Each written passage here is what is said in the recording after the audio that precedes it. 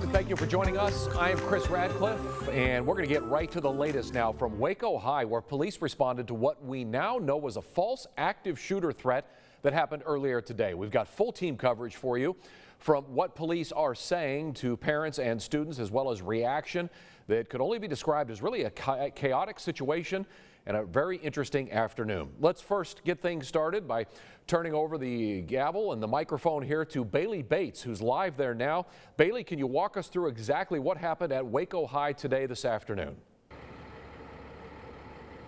Chris, the first thing that I want to say is that there was not an active shooter at Waco High today. In fact, Waco police say there was not even shots fired at Waco High. The whole campus has been cleared and deemed safe by multiple law enforcement agencies. Now, what we know right now is that this all started around 2 p.m. today. Waco Police Department got a call that there was an active shooter at Waco High School and there were injuries. The department spokeswoman, Sierra Shipley, says officers arrived on scene in minutes and started to evacuate classroom by classroom. Once this process started, they learned that the call was not credible. At this time, they don't know where or who the call came from, but a false report is illegal, and Waco Police Department is looking into it. Waco ISD, on the other hand, is giving credit to their staff as they say they handled this very great and that they're thankful that there was not an actual threat on campus today. No, we take this very seriously. Anytime there's a threat to students or staff, we do train year-round, whether it be students doing drills, teachers doing training.